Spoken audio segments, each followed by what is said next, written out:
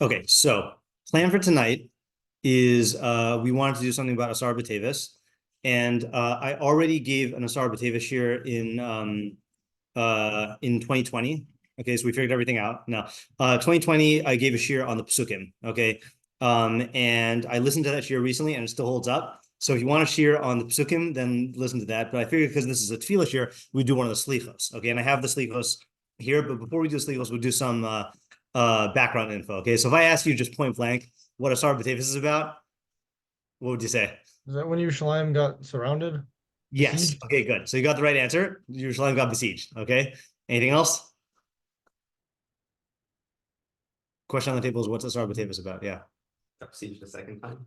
No, No, no. you told me. I mean, it did, but that's not on Asarah Teves. Yeah, and in fact, I don't even know what the circumstance. I don't know if it was a distinct siege. Okay. We'll go through the chronology in a little You while. told me on Travis. You're right, I did. And I Yeah. can't remember. Yeah. Okay. Yeah. Okay. So we're gonna go through this. I just want to see what people knew. Now, here's the game plan for tonight. Okay, we're gonna do some basic facts about Asarah Teves, some of which you have never heard before. Okay, probably. All right. At least I didn't hear them until like a couple years ago. And these are facts that people don't really talk about a lot by definition. You'll see. And then what we're gonna do is we're gonna read through the selichah, and then we're gonna read through a commentary on the selichah to get more facts, and then we're going to try to theorize. So what I'm envisioning here is I don't have a fully formed main idea. So worst case scenario, we're just going to get a bunch of facts and questions about Asarah Teves and have stuff to think about on Asarah Teves. And then best case scenario is we'll come up with a theory and like come up with a good explanation. But if you want a good theory, that shiur that I gave in 2020 still holds up, and that's like a very good theory in my opinion. Okay, but I'm not going to even reference that here because I want to take it fresh. Yeah. Okay. So let's start where we always start on a taanis, which is the Rambam. So he says in Hilchos 5:1. Yesh sham yamim shekol Yisrael misanin behem mipnei atzar sheiru behem. So there are certain there are days that all of Israel fasts upon because of the calamities that happen on them. In order to awaken hearts and to open the paths of teshuvah.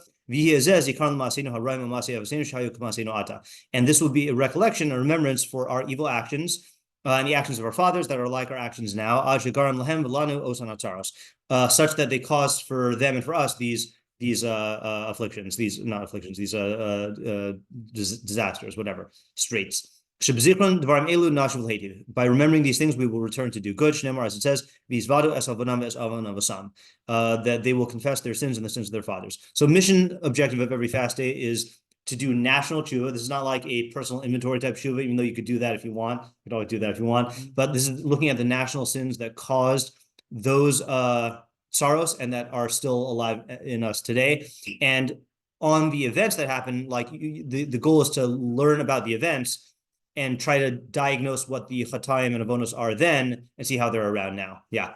What is it via? Was that Zikaron Lama Senu Haran? Like what does it mean Zikaron? Like this is the day where we spend time remembering our own bad Yeah, actions? it is weird that he uses the term zikaron lama'asenu haraim. I understand zikaron for the ma'aseh v'asenu, Yeah. right? But zikaron for our actions is a weird That's a lashon. little Yeah, weird. that's strange. Yeah, it's a good call. Okay, so then he says what they are. The Elohim, and I also found out, by the way, when I was preparing for this, I did not know that it used to be a thing that at least it's machlokas rishonim, I guess, that were these fast days instituted as obligatory for everyone, which is what the Rambam seems to hold, or were they instituted as optional?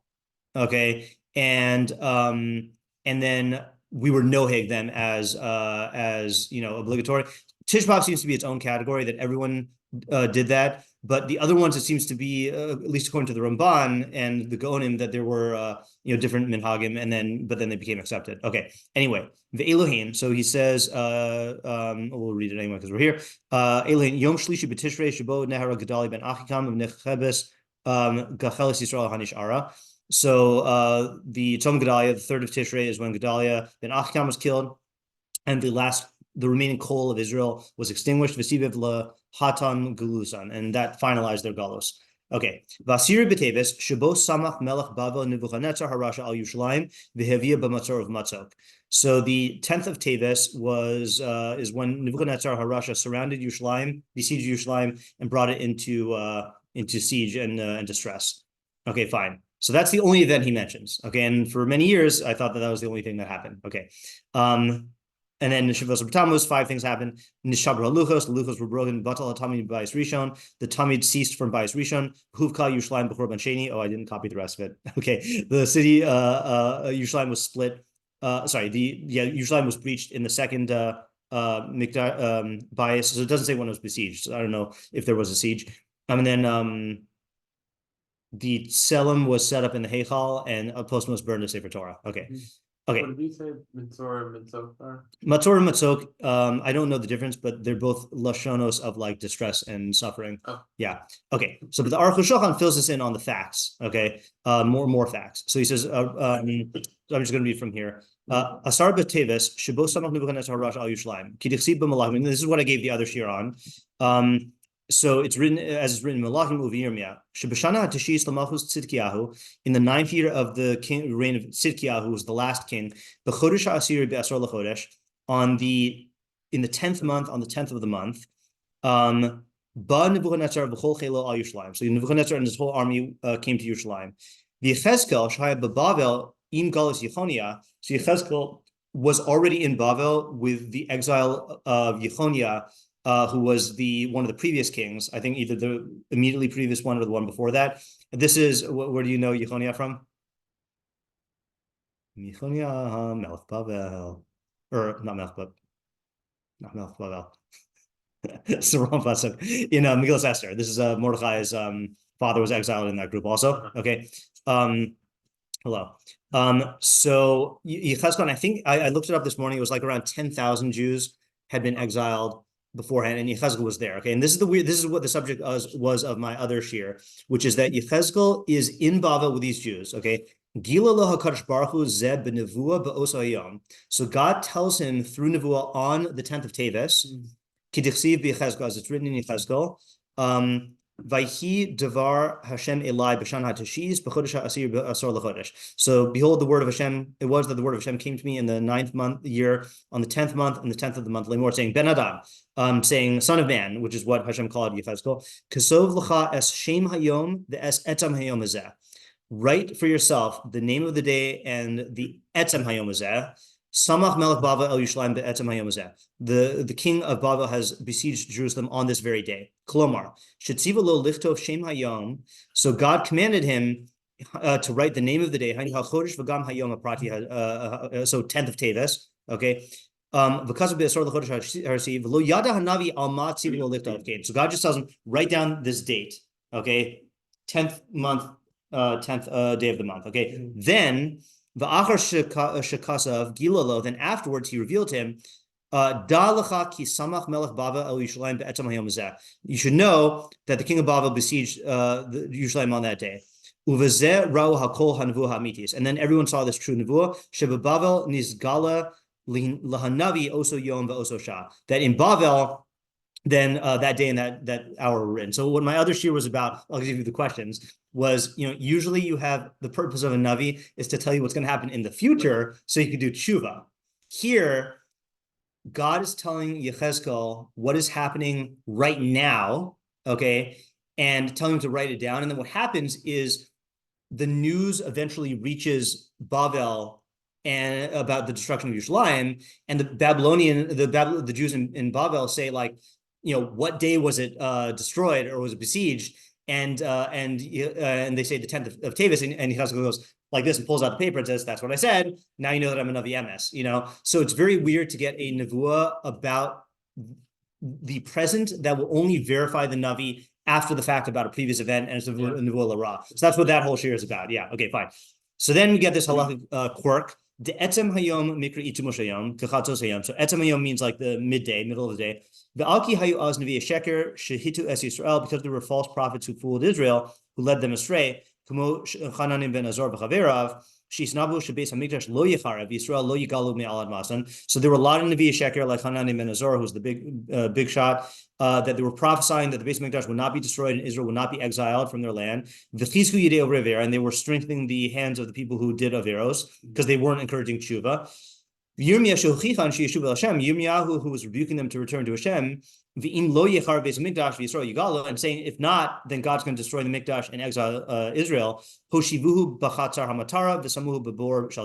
basically threw him in jail, right?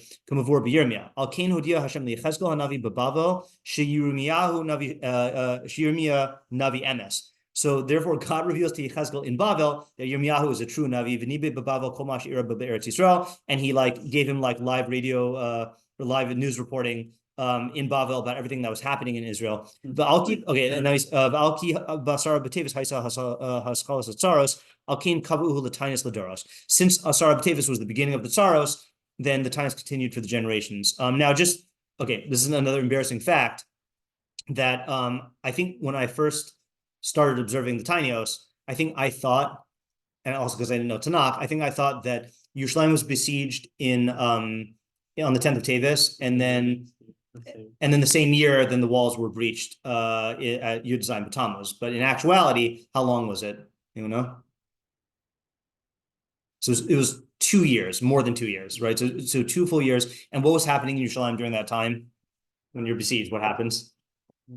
You starve to death. Okay, right. So that was the big thing in Yerushalayim. When you read about in Eicha about how people were dying of famine and women were eating the corpses of their own children, that's why, because they were in Yerushalayim for 2.5 years, you know. And that's why I forgot. I think I actually did not record this in the shiur, but when you give tzedakah on Asarah B'Teves, which of course you'll do because that's the whole point of taanis, I think that the best taanis to donate to people who are feeding the hungry is Asarah B'Teves. I mean, obviously any taanis is good, but this is davka. This is what the tzara was, and that's what you should do. And the tzara was for the fact that they didn't care for their poor, you know. So it's a very, very appropriate time to feed the hungry. Okay, but then we get to the halachic quirk. V'nimsa b'shem kadmonim, and it's found in the name of the earlier sages. I don't know who this is. I know who quotes it, but De'ilamale ha'echal Asarah B'Teves b'Shabbos hayadoche Shabbos. That if Asarah B'Teves were to fall on Shabbos, then it would push aside Shabbos, because it's written on that very day, just like Yom Kippurim, and that's brought down by the Beis Yosef in the name of the Abu Dharam. But we don't do this because our calendar is such that it can't fall out on Shabbos, but that's why we fast on Friday.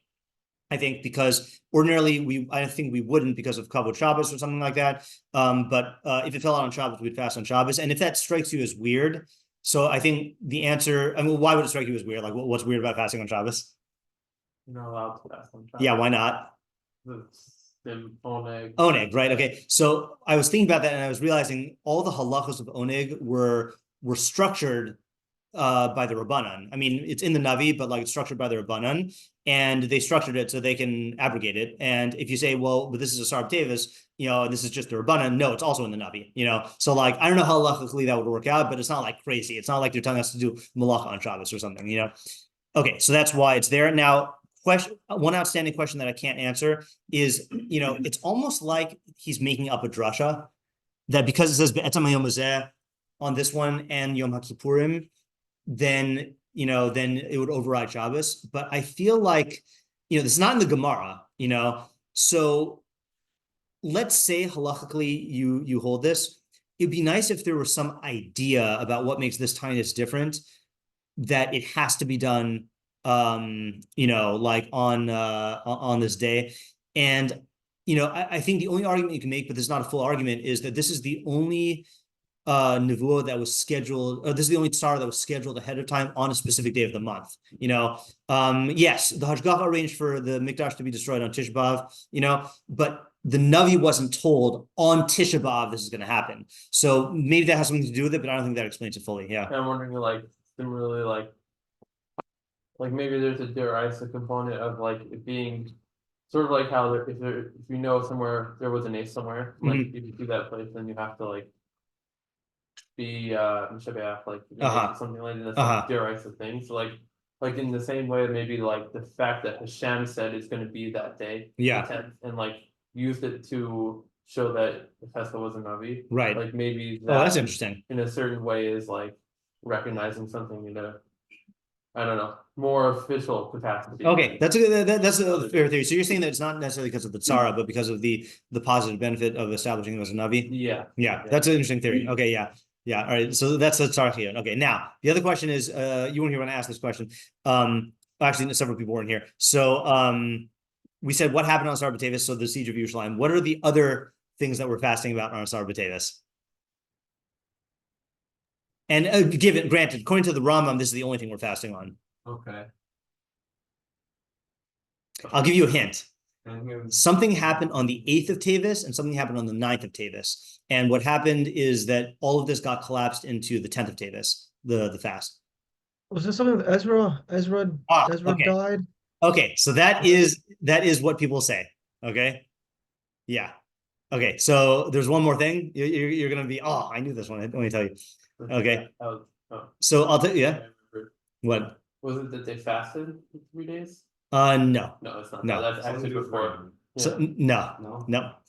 Okay, so the place to find it is weird. I did not find it at first because it's in this weird siman in the Shulchan Aruch in Tov Kuf Pei, which is Yamim Shemisanim Behem. So he starts off by saying, Elu hayamim she'iru behem tsaros la'avoseinu v'roi lihisanos behem. These are the days that sorrows happen to our fathers, and it's fitting to fast on them. Even though some of them are on Rosh Chodesh, some people say you fast on it, and then he says you shouldn't fast. I don't know if that means you shouldn't make it up or you shouldn't fast completely. Yeah, what was it? Yes. Okay, good. Yeah. Okay, yeah. So I'm not going to read all of them, but he says B'shmona b'teves nichtva haTorah Yevanis b'mei Talmei HaMelech. Okay, so on the 8th of Teves, the Torah was written in Greek in the days of Talmei HaMelech. And there was darkness in the world for 3 days. Now, I don't think that's literal, okay? So this is one of the things we have to go into, okay? And what's the idea of the 3 days? Okay, then, uvatisha lo noda eze hi hatzara she'irubo. Something happened on the 9th, and we don't know what it is.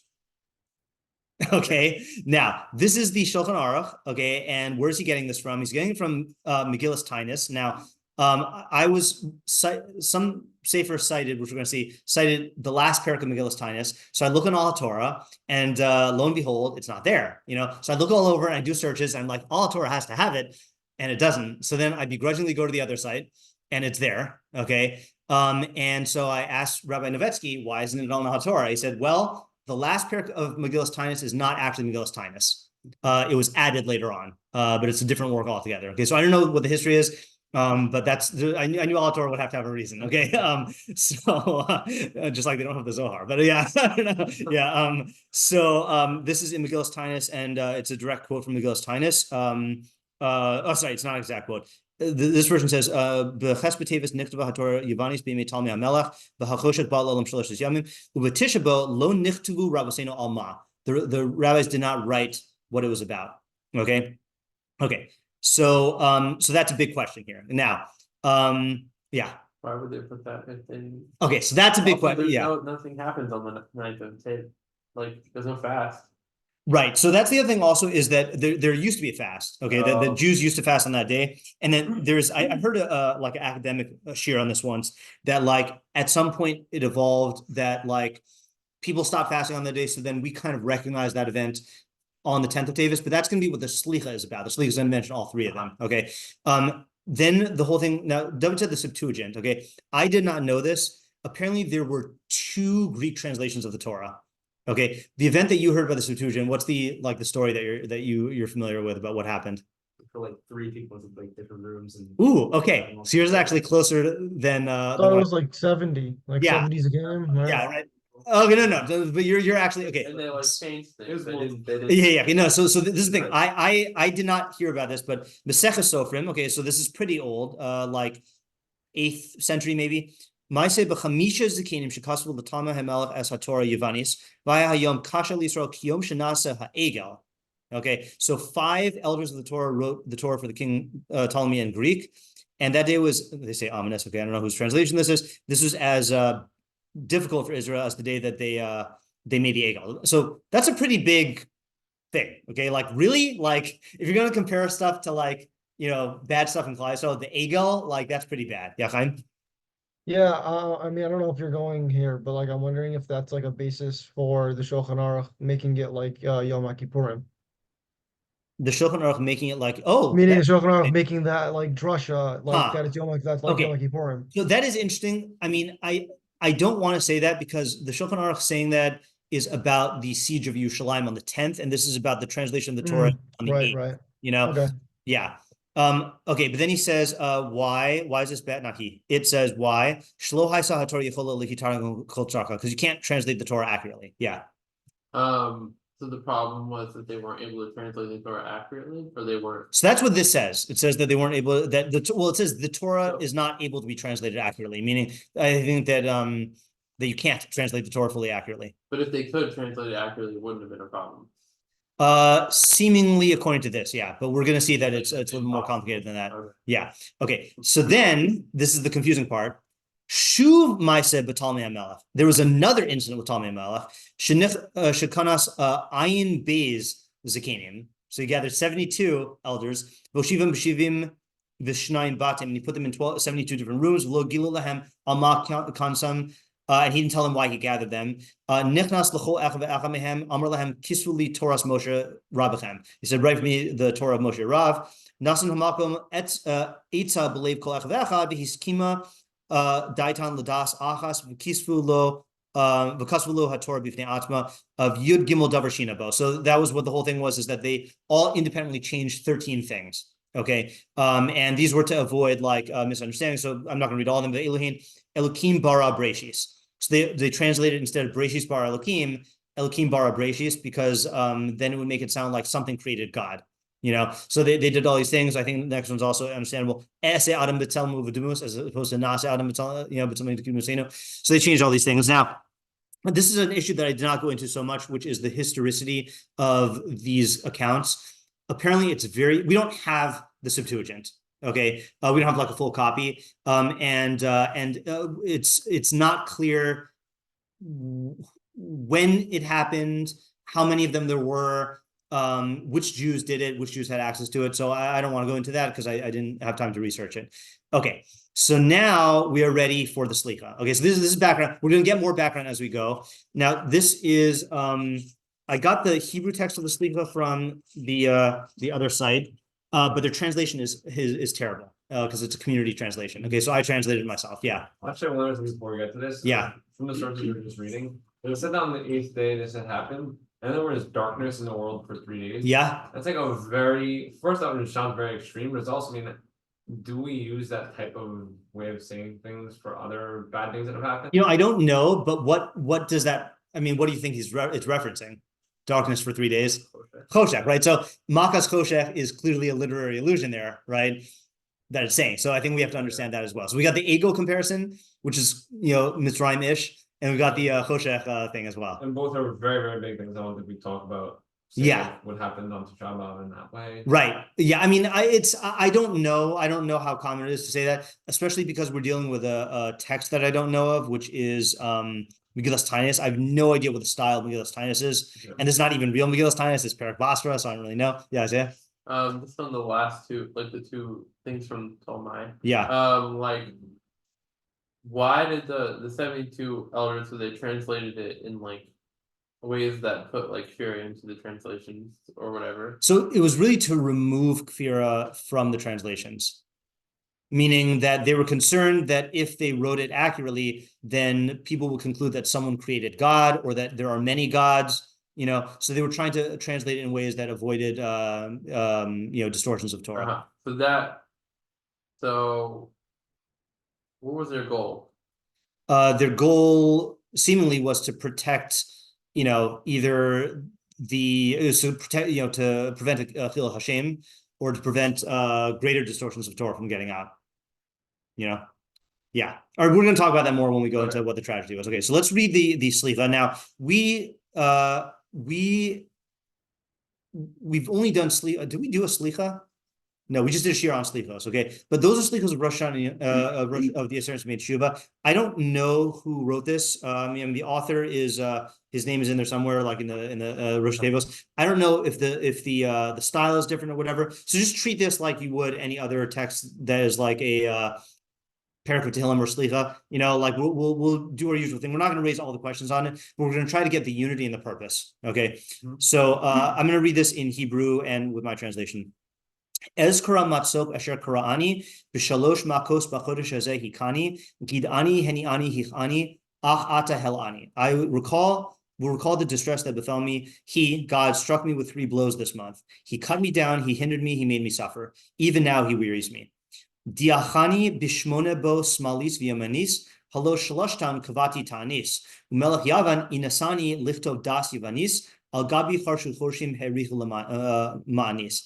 He darkened me on the 8th, left and right. Did I not establish fast on all 3 of these days? And the Greek king forced me to write the law in Greek. Those who plow use my back to plow, and they make the furrow long. Zo'amti betisha bo bichlima v'chefer chasach me'alai mi'il hod v'tzefer tarof toraf bo hanosin im shefer hu Ezra hasofer. Okay, the Chaim, you're vindicated now. Okay, so I fumed on the 9th with deep dug shame. God removed from me the cloak of glory and alacrity. The one who had said beautiful words was torn apart on that day. This was Ezra the scribe. Okay, Yom Asiri Tsuva ben Buzi hachozeh. Ezekiel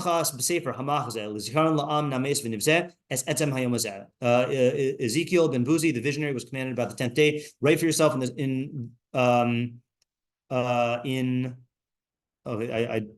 that's left over from the bad translation. In a book of visions for a remembrance for a nation who was melted in disgrace this very day. Minyan Seder Chadashim Ba'asara Bohe'ir. Nehi Vilel B'mo Fi Af'ir, Seder Puranios Besoch Levavi Yav'ir, Bevo Elai Hapalit Lemor, Hukasa Ha'ir. The count of the monthly calendar was awakened against me. I stretch out my mouth with dirges and wailing. And I have to mention here, I mean, you don't usually see this word, Af'ir. What do you think when you think of Af'ir? I hope not. Yeah. That's what I think of. Bal Peor, right? So Pa'ar is like it's a weird word to use for opening your mouth, because usually it's opening another orifice, you know. So I don't know why it's like, you know, I stretch out my mouth with dirges and wailing.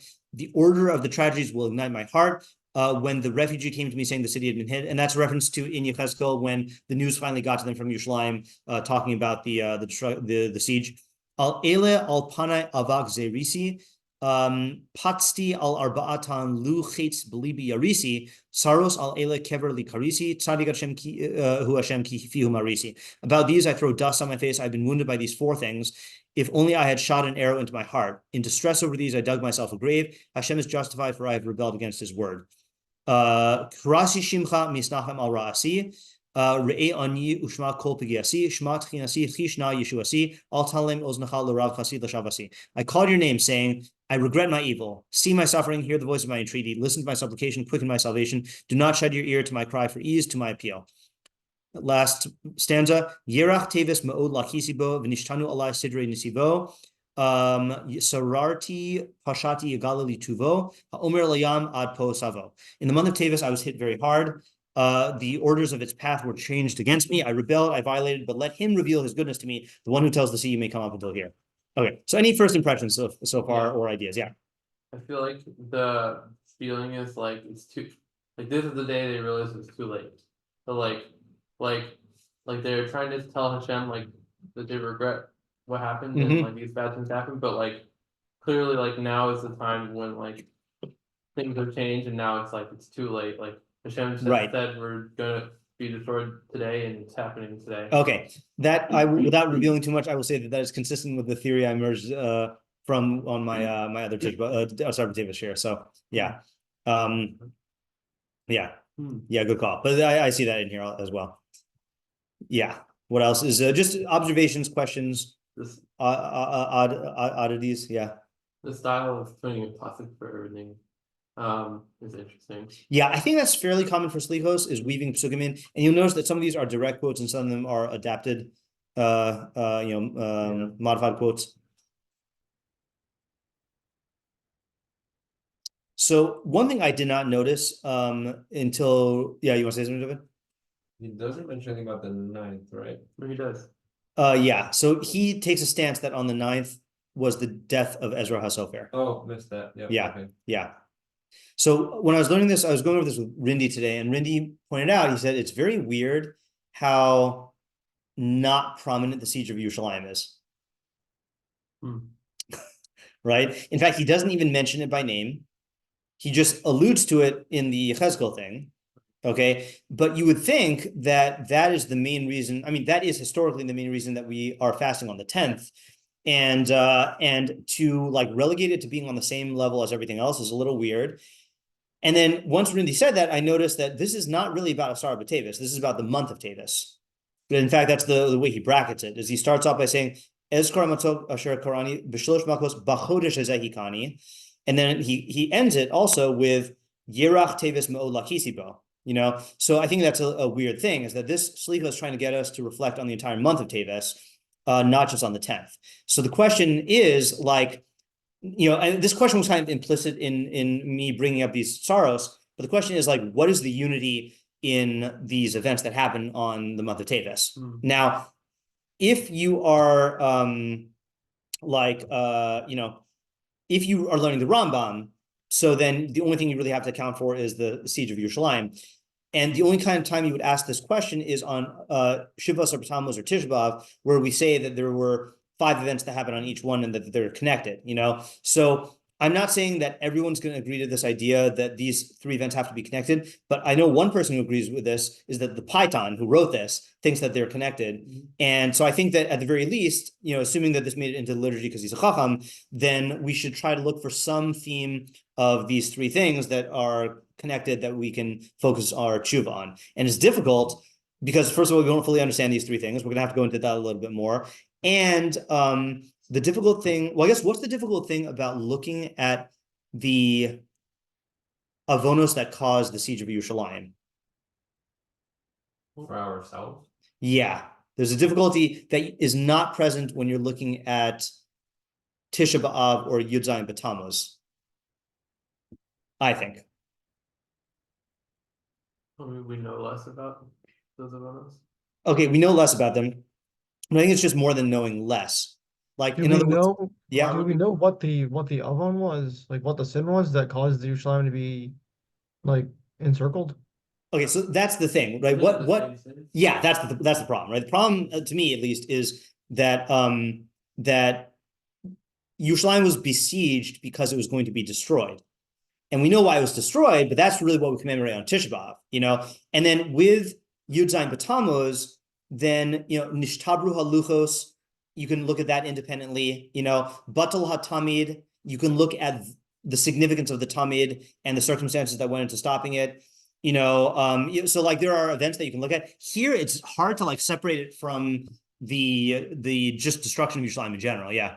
Ezra was in the middle of the first, like Bayis Rishon. Okay, so Ezra was at the end of Bayis Rishon. He was the one who brought them back and set up a Bayis Sheni. Do we know how he died? Oh, so that's the weird thing. What did you notice about the way it says that he died here? He was Torah, Yeah, right? Torah. So I'm pretty sure that's not true. Okay, you know, I've never seen any substantiation for this. And where's that phrase come from? Yosef, well, right? the brothers.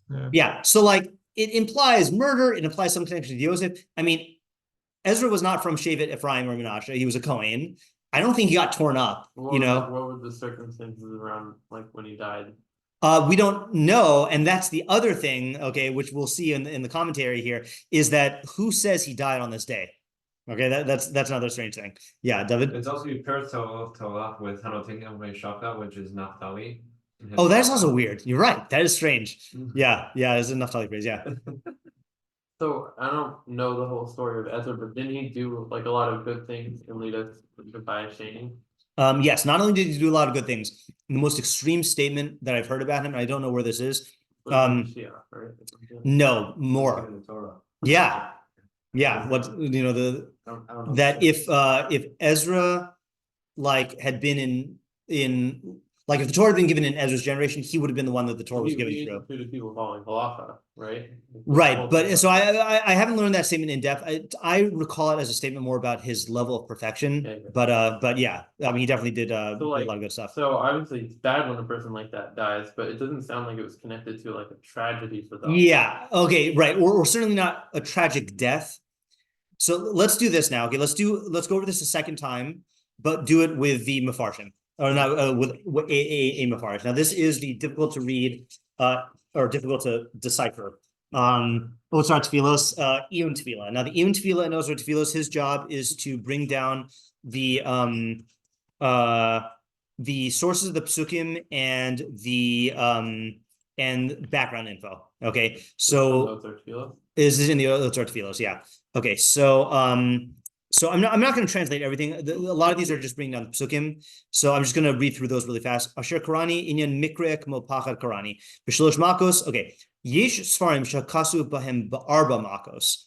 So some versions say with 4 makos, and he says v'hu nachon kmo sheisbar lahalan. This is good, as we'll explain later on. You know, in the end of the piyut, he does say 4 things, right? So this is weird. They starts off with 3 and then ends with 4. Right, like it says towards the end. Oh yeah. All Ayla, all nine. Which is that the third to last. third to last? Yeah. Al Ayla Panai Abak. Oh yeah, Pasi al Arbatan, right? So I was struck with the 4, right? So unclear whether this is 3 or 4. And we're gonna see when this Iyun Tefilah counts the 4. It's weird also. Oh, okay. Yeah. Before, I forget which source, it said like something happened on the 9th and the Rabbanan didn't mention what it was. Yeah. It doesn't sound like Ezra. Okay, good. Right. So that's gonna be a problem, right? Is that if they didn't say what it was, so then where do we get it from? That it's Ezra, you know, like, and you Also, know, just like then it sounded. I don't know if this is the tone, but like they're not gonna mention what happened. okay, good. So you are picking up the right tone. Okay, and we're gonna go into that. Yeah. Okay. This is we're gonna learn stuff that you have not heard before. I mean, if we haven't already done that, but you know, okay. Did you know about the 9th thing that no one knows what happened? Okay, yeah, I didn't hear about that till I think it was like 2018 or 2019. Okay, so so then he explains the Lashonos here. Gidani min gada b'chariaf. Inyan krisa means to chop down. Hiniani hesir es libi me'achrei Hashem milashon v'lama sniun es libi Israel. Hikani tzarani milashon hakos lev tzadik. Now this is a weird one. Ach ata helani al kol tzarasai. So you have wearied me. Al kol tzarasai utla osai hayisi mocheles. So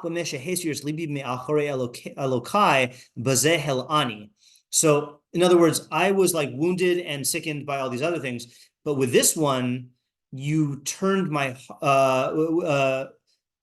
in turning my heart away from my God, that wearies me out. And that's from Iyov.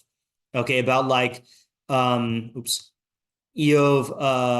ata hel ani. So it seems to be saying that there is again, I don't know how much to read into this, but there's a 4th one that that implies some sort of like lack of faith or trust or questions about God or something like that, you know. This is mentioned 4th. So gid ani heniani hichani and ata hel ani. That's the 4. Yeah. Okay. Onward. Diachani hechshichani miloshin yidach nero. That's from Mishlei. Is he darkened me? So this is he darkened me. That's the reference to the 3 days of Choshech. B'shmona ba on the 8th. Okay, now here goes into a little bit of history. Okay, b'perek taanis perek basra b'shmona b'teves niktva hatorah yavani b'mei Talmi hamelach. Talmi is Philadelphus. Okay, so let's look at the Wikipedia. So there's 2 Talmis, or this is 2 Talmis that we care about. So this is the second one. He has a face. Okay, Ptolemy the second is Philadelphus, is the pharaoh of Ptolemaic Egypt from 284 to 246 BC.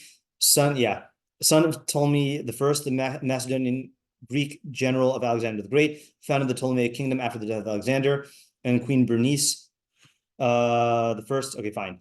Yeah. So they mention here, I think sorry, did not mean to.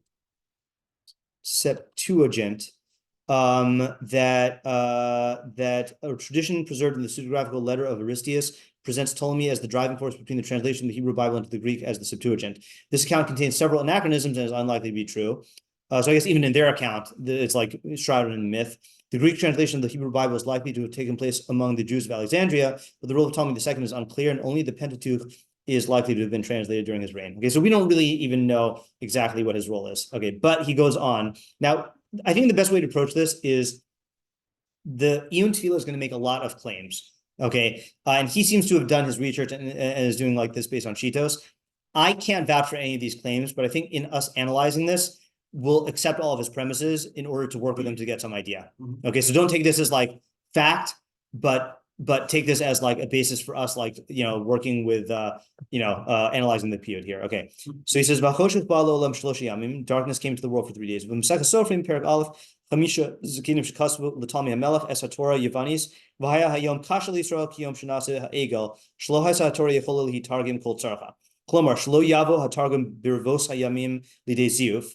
So he's joining the two things together. He's saying that the Torah, it was like the Egel because the Torah couldn't be translated as much as it adequately in a way that the Targum couldn't come to forgery. Okay. Or to like a distortion. Kamosha Bab MS Achre came Betargum Hashivim Hanikra Septuaginta. Okay, so he is treating these as two separate translations. There's the one of the 5, and then there's the one of the 70. Or 72.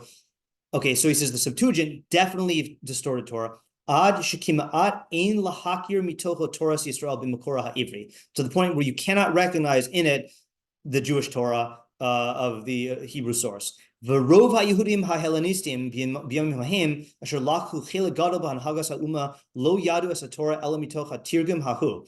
Many of the Hellenized Jews in that time who governed the Hanhaga of the nation only knew the Torah from this Targum. Okay, umitocham ha'philosoph Yedidia ha'Alexandroni. Anyone know who Yedidia ha'Alexandroni is?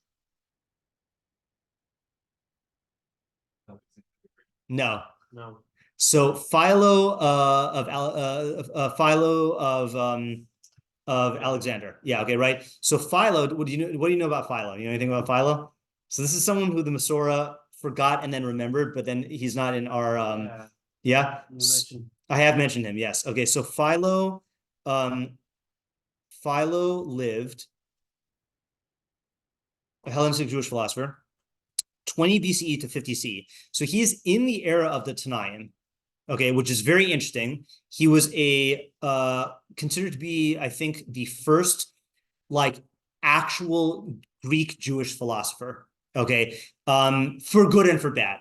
Okay, and the reason why he was kind of omitted from our Masorah is he only wrote in Greek, and his Greek works didn't get translated until centuries later. So it was only accessed by the people who spoke Greek, and that quickly died out when Greece died out, you know? So what happened was a lot of the Achronim really like got into him and praised him for his like ideas, but he didn't make it into like the mainstream of the Masorah, and he's a very polarizing figure, okay? So one of the reasons he's polarizing is going to be mentioned here. So he says like this, so the majority of Jews only knew the Torah from Greek, mitocham, including ha-philosoph Yedidia ha-Alexandroni, okay?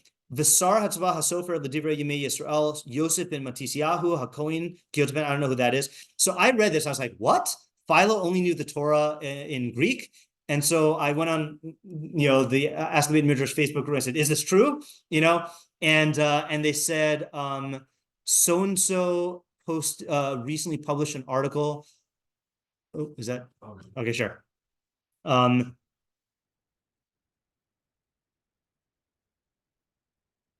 Okay. I understand. Going okay. So yeah, I guess we might just get the facts today. So someone mentioned that there was a article recently published in Tradition magazine by I think it's Tradition or Journal by about Philo. And so I looked it up and realized that it was a friend of mine who wrote it, who was a Philo expert, who sent me a draft of it before it was published. So I just asked my friend, can you tell me whether Philo spoke Greek or Hebrew? So he responded, this is Rabbi David Campbell. So he says, Philo's knowledge of Hebrew is one of the classic scholarly debates. He consistently cites from the Septuagint, but that could be explained by the fact that he's writing for a Greek-speaking audience. Right. Alexandrian Jewry also had their own tradition about the origin of the Septuagint that gave it a status similar to our Targum Onkelos. So that's very different. Now, those who have been hanging out in my shiurim know that altar often uses the Septuagint, and we sometimes like look at that askance. But if you're looking at it as a Targum Onkelos like commentary translation, then that's different. And also there are arguments to be made that the Septuagint was preserving, just like we have the Masoretic, tradition, and like the Chachamim had to make certain like calls in terms of machlokas about like what to do. Some want to say that you can still use the Septuagint, even though it's not the basis for a halacha, as like a repository for earlier traditions about the Torah V'chsav. Yeah. Two questions. Yeah. So didn't you earlier say that we don't have the Septuagint anymore? Yeah, we don't have the So how Septuagint did the anymore. author have the Septuagint?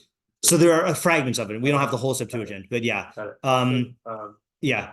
I haven't seen this in everything that we read, but I feel like I remember learning that the Chacham, when they translated the Septuagint, purposely altered it so that it couldn't be understood. I have not heard that. I've only heard the thing that was said in the Matzok Suffering. It might be someone says that, but yeah, I think they would get killed by the king if that were the case. Right. Right.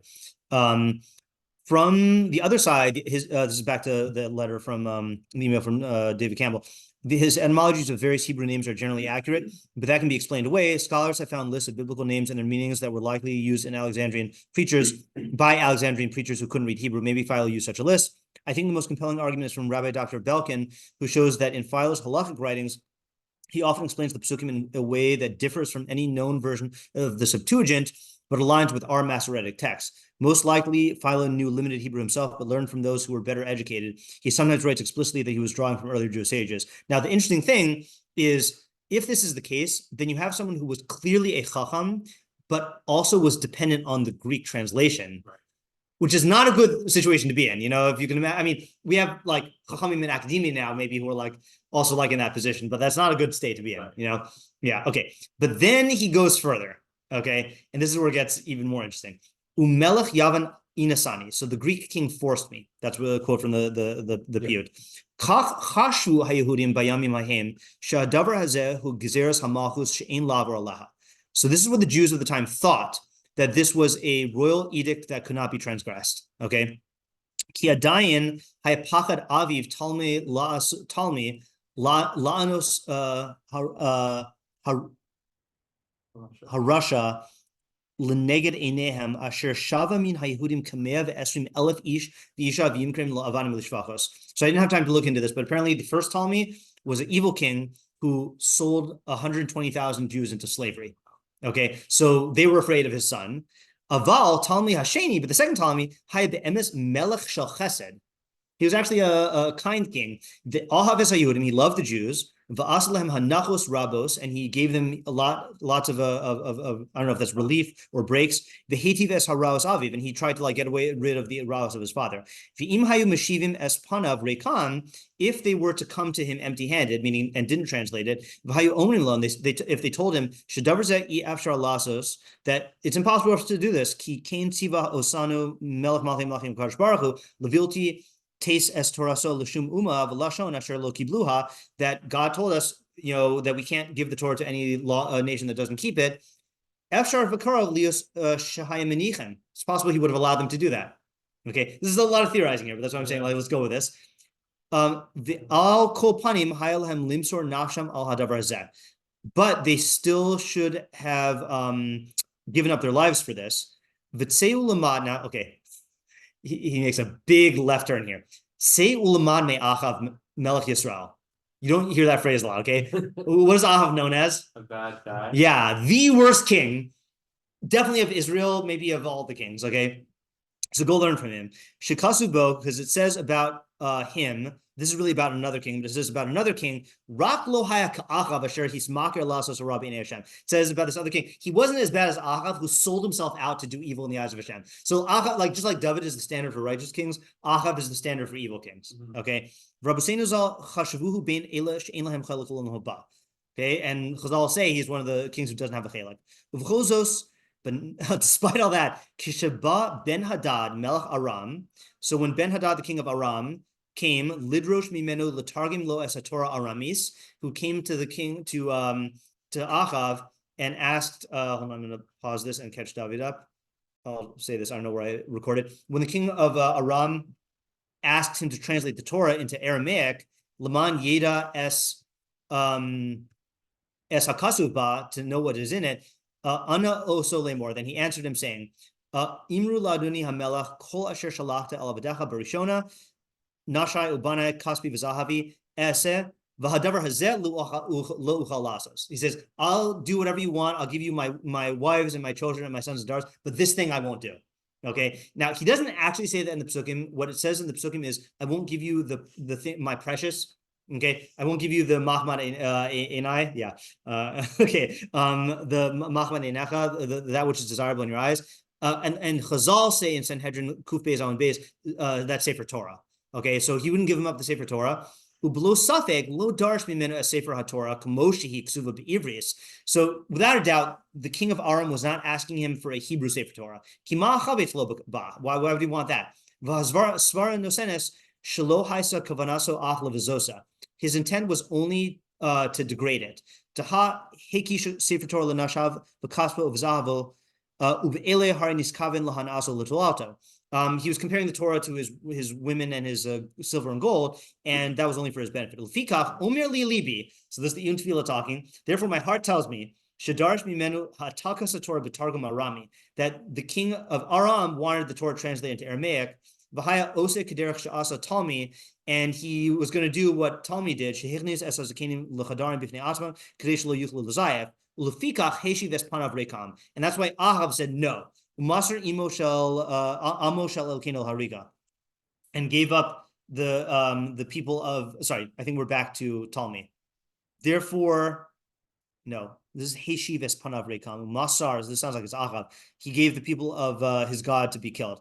The Elazar ben Chinyo Achi Shimon Hatzadik HaKohen Hagadol B'Yamim Mahem Nizkak LeBakashas HaMelech Vayitzav Letargim Lo as the Torah Yavanis V'es P.S. Sanhedrin Loshal. So this again, I'm getting the chronology mixed up here, but Chigyo, the brother of Shimon Hatzadik, who was around at that time, was asked by the king to translate the Torah into Greek, and he did not consult the Sanhedrin. Lefikach charabo apam. Therefore, the Sanhedrin got mad at him. V'aviruhu mikuhunaso. So they dekahunified him.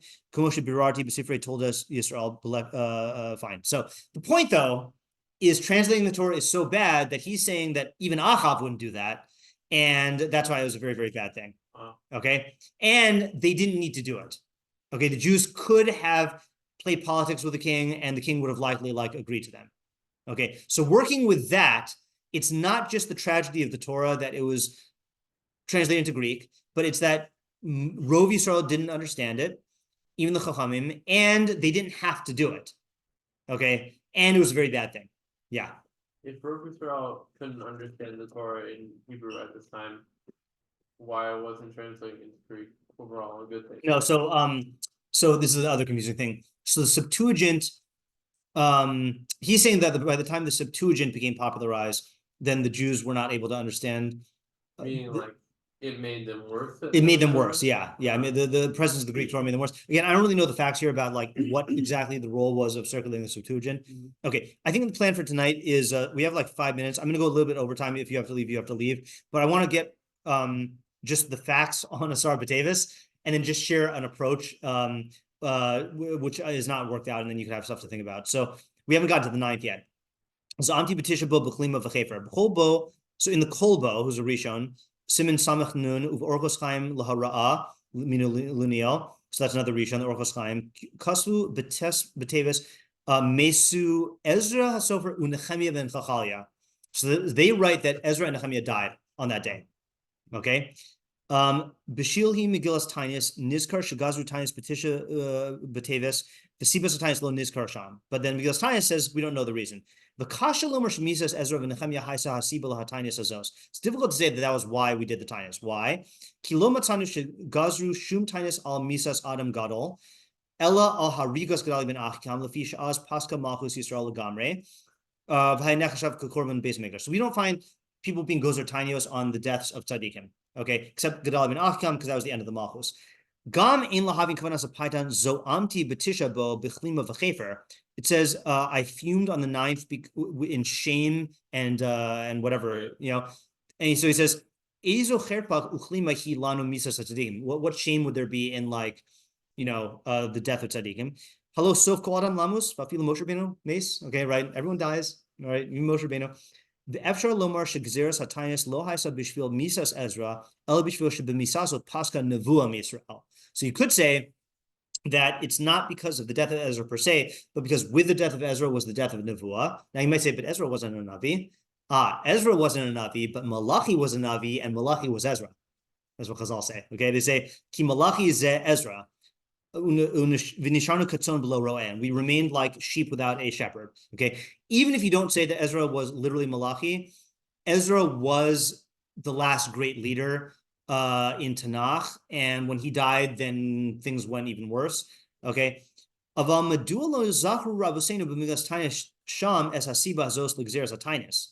But then why didn't they mention this in Megillus Taanis? Right, and if they didn't mention it because they didn't know it, then how do the Kolbo and the Orchos Chaim know it? Right, it's just like very sketchy. Okay, aval borer etzli shesibas atanis he inyan acher shlohaya roy lefarsimo. Okay, so he says seems to be that there was something that was a different thing that it was not proper to publicize. Okay. V'ayin b'sefer ha'ibur l'Rabbi Avraham be'archia hanasi b'shar ha'achron mashkas b'morah shel oso hayom because he quotes a bunch of other works here, which I was going to go through, but we don't really have time. So I did find an English summary by this guy. I don't know who this is, from Heretic. Okay, and he summarizes all of the different opinions about what happened. Okay, with all the sources. So just to mention them. The Ravid holds that the son of Shmuel Hanagid was martyred in 1066, and that was a huge tragedy for I guess Castilian or Granadian Jewry. Okay, the Ramah says, oh, interesting. That's interesting. That Esther was taken by Achashverosh, and that was the 9th. Okay, he goes through the weaknesses of these opinions also. The Taz and the Magen Avraham say that the 9th Teves is the yahrzeit of Ezra, but they don't say why it was hidden. Yonason Eibeshitz says that it was the yahrzeit of Ezra, but we don't know the date. Okay, fine. Yeah, here comes I think this is going to be the next one's going to be the most likely one. Okay, but it's also strange. Okay, so 19th century Jewish Wissenschaft scholars point to the Spanish philosopher and astronomer Avram Barchia. That's who he quoted just now, whose work, although written in 1122, was first published in 1851. He states that the founder of Christianity, aka Jesus, was born on December 25th, and calculated that this date in the year in which he was born fell on the 9th of Teves. Wow. Okay, the scholars thus date that the fast commemorates the birthday of Yeshu, and the rabbis chose not to reveal the reason for this fast as a matter of prudence. Okay, this then became the accepted explanation for the fast of the 9th of Teves. Now, this is obviously problematic because, first of all, Jesus wasn't actually born on the 25th. Then you could say maybe they, at this point in history, then they thought that. So there's a bunch of problems with this as well. But to me, that's a compelling reason that you would know it, but not publicize it. And then eventually it could become forgotten, There's this other theory that Shimon HaKalpos died, who, I don't know who this is, but some hero, Shimon HaKalponi. Okay, and then there's a bunch of other theories as well. Okay, fine. So the point, though, is that it was I do think that the most likely explanation, this is also, this is Shlomo Yehuda Lev Rafford, who apparently was like a buddy of Shadal, and so he writes a bunch of theories as well, which we're going to go through, but don't have time. He also mentions the Jesus theory. Okay, but yeah, so I think the Jesus theory, or some theory that is like something we would want to conceal from the non-Jews, is like the most likely explanation. Okay, last thing. Minyan Seder Chodashim. Okay, fine. Let's skip that. That's a side issue. Last thing I want to call your attention to was, so then he counts the 4. Okay, he says, Patsi al Arbatan, Dibardi al Arbatan. So if you had to count the 4 that we've said so far, what would you say they are? That we've talked about as possible, I guess things that were The Translation, right. Ezra. The Siege, and the Right. anonymous. and the unknown one, right? That's what I thought he was going to say. But look what he says. Targum HaTorah Livanis, Greek translation, Smichas Melech Bavel, the siege, Misas Ezra Imo Mesa Nevuah, okay, and Kavishas Yerushalayim, which was the siege. Right. right? I Well, mean, it's not the capturing. oh, the capture. Oh, well, capture is. I mean, I don't know. Capture is the Well, I'd take that to be. I mean, the Yud Tammuz. yeah, that link. Interesting. Yeah. Could be. It's just I don't know. It's strange that he counts that. Okay, fine. But this is what we got to work with. And then the only thing I wanted to say here, sorry, the only other thing I wanted to read is when he says Sidri Nasivo, the orders of its path were changed. Sidre Bereshis Nasivas Hateva. So he says that that's referring to the orders of nature are changed. And then Omer Liyam Ad Po Tavo, and the one who says to the sea, until here you should come. So what does that mean? The last line, he says, Omer Ad Po Tavo Velo Tosif.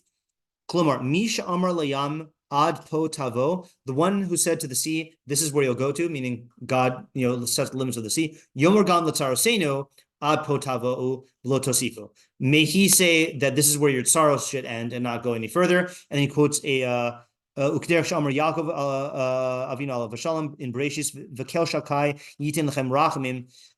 So it says, may Kel Shakai grant you Rachamim, Uparshu Rabbeinu, Huvabrashi, Mishan Amar Leolamo Dai, Yomer Dai Latzarosai. So Kel Shakai is associated to the one who says enough, should say enough of the Artsaros.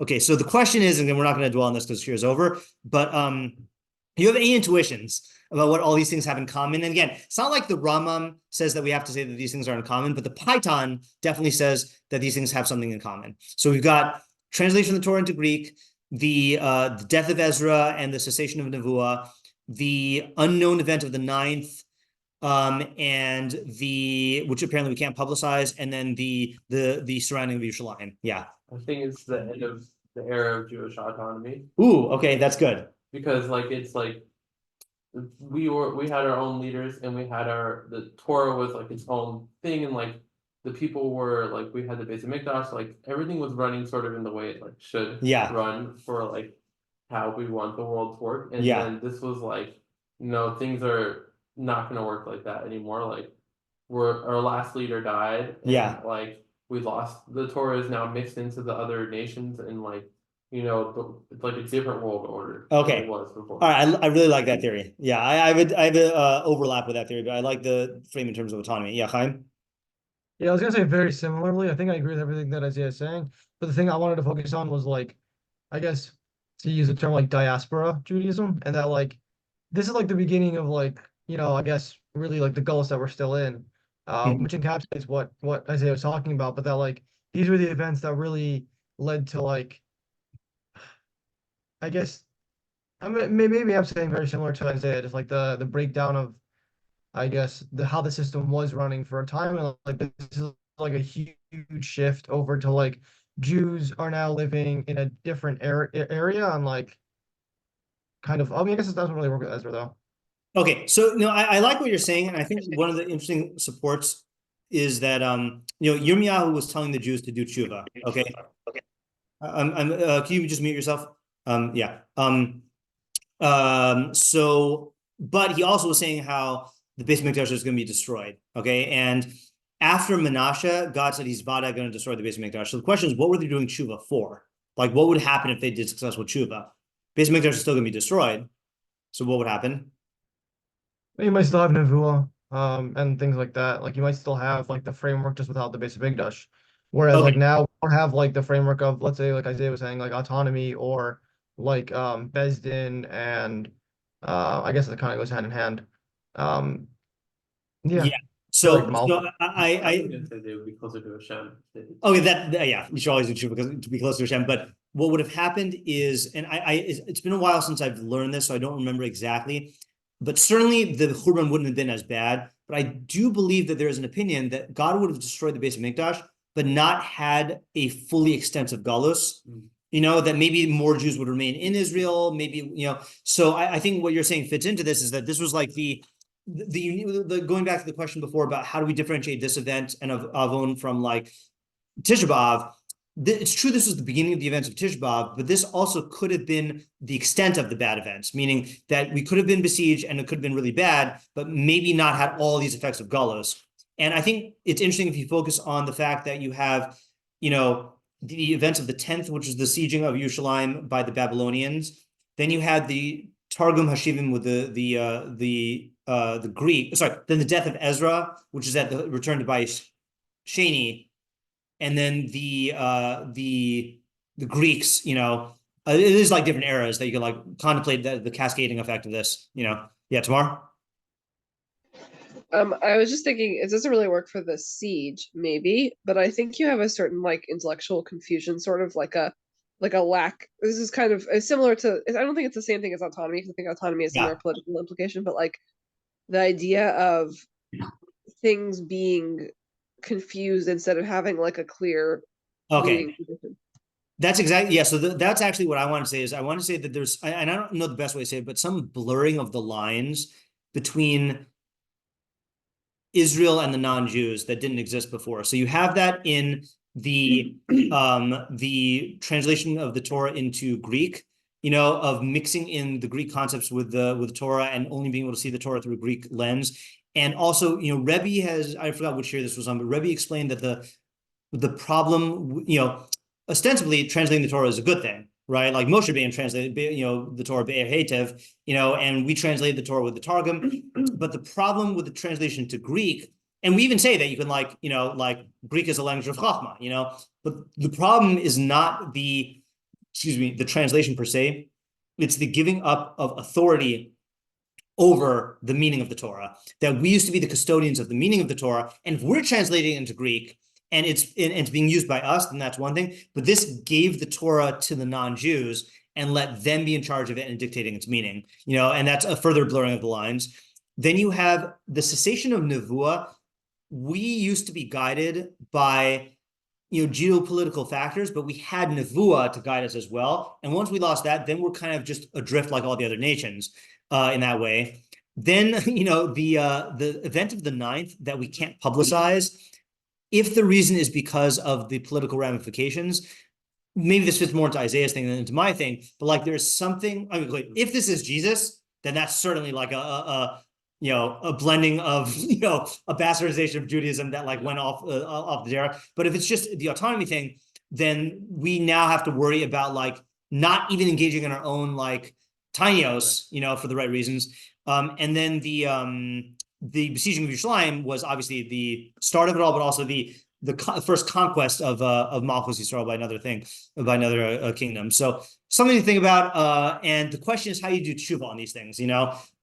So I think that certainly Isaiah's theory about the autonomy is something that in this particular time in history that we're in right now, the question of how much should Israel, care about international opinion and be dependent on international like permissions to do certain things or whatever is one consideration. If you talk to certain people, then he'll say that part of the problem was getting ourselves dependent on other nations way from the beginning, and at every other critical point in Israel's history, giving up certain territory, and worrying about what people are going to do. So that's an autonomy issue. Certainly reflecting on the blurring of the lines. And look, I mean, I think I've said this maybe in years past on Asarah Teves, but like, I often question, like, is the Stoic Jew enterprise like a just like leaning into the hands of like, this problem of like mixing in, non-Jewish ideas with Jewish ideas? I mean, yeah, we have plenty of Chachamim and Masorah who did this, and you have Rambam who says like a couple happens Mishamro, but like that comes at a cost, so like that's a big thing as well. So reflecting on your own examples of that. And look, I mean, the cessation of nevuah, people wish that they had a Navi to tell them what to do. We have Nevi'im, they're in all those books over there, and no one's learning the Nevi'im. So like, if you don't view the loss of Nevi'im as a tragedy, or if you want Nevi'im around, finish the ones that God gave you, and then like you can like maybe be zocha to some other one. Like like we're not following the advice of those Nevi'im, and those were written with eternal messages. A Navi now, what we do with a Navi now? We would kill him. We put him in a pit. Yeah, Tamar. I have like a teshuvah methodology question based on this discussion. It seems to me like there's also this thing that you could be engaged in, which is trying to acknowledge the extent of this loss I think Yeah. we're very used to it. And I don't know, I guess Yeah. would you put this under the umbrella of what you're saying, or is Yeah, that like that's definitely a route to doing teshuvah. Yeah, and I think that that does fit in most with the loss of the nevuah thing, or the not having a leader like Ezra. I mean, we say this in Hashiva Shofteinu every day, but we don't really think about how. I mean, most of us don't realize that the problems that we have are really due to the lack of that kind of leadership. So yeah, I think appreciating the loss is a big thing, and also what we said in the last parak of Tehillim that we learned last week. That all of that stuff also, and the whole message of that of like if the of I forgot what the main idea was right from last week, but like of not being pained by that that the zechus of having vengeance on our enemies is directly correlated to how much we actually are missing the right things about losing Yerushalayim. So I think that reflecting on the loss is something to do on this day as well. Okay, so I think that's it for today. I hope we got some insights, and if not, then at least some facts to think about. And I encourage you to listen to that shiur. I'll post it in my content group probably on Thursday night or Friday. But the other shiur I gave on Asarah Teves, because that goes through the nevuahs. Okay, thanks for coming. Oh, and by the way, next week I'm not giving any shiurim next week. So for the Wednesday night shiur, maybe I shouldn't record this because in case you decide not to do it.